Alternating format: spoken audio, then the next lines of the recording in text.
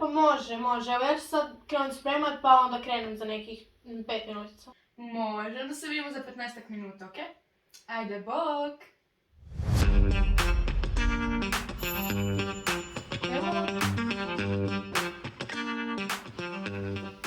I kako si mi ti, što si danas radila? Pa ja danas ništa nisam radila, samo sam scrollala po TikToku i pazi, znači imala sam curu, ima jako niski balkon, ali kao skočila je s njega i to je uredila da izgleda kao neki super heroj.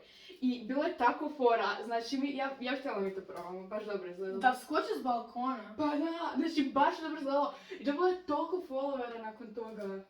Pa možeš se zapravo i ozlijedit, kao iako je to, mislim, ne znam koliko je nisko, pa tvoj balkon baš nije nisko. Pa nije, gled, dobar je, stvarno je dobar. Okej, možemo skočiti, da, ako na noge skočimo bit će okej. Na noge? Da, a na glavu još.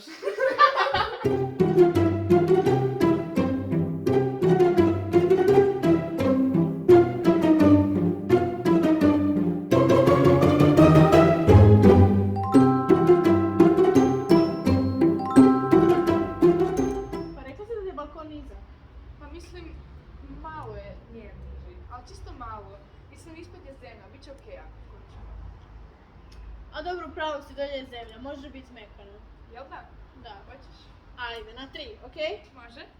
Zajedno. 1, 2, 3.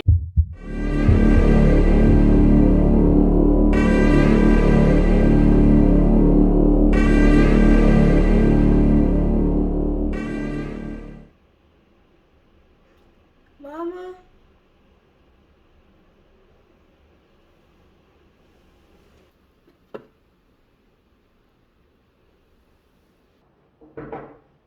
Naprijed. Ej, Mara, Ej, probudila dobro.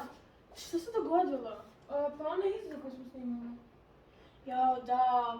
Rekao sam ti da to nije bilo pametno. Ali znaš koliko se isplatilo, da ja ti pokažem. Stvarno? Da, dobili smo toliko novih pratitelja. Vidi. Ajme, upravo si. Ali, zar je to sad bilo vrijedno ovoga? Da, bilo je. Kako smo uopće došli do ovog stanja? Pa, balkon je bio malo više nego što smo mislile, ali stvarno se isplatilo, vjeruj mi.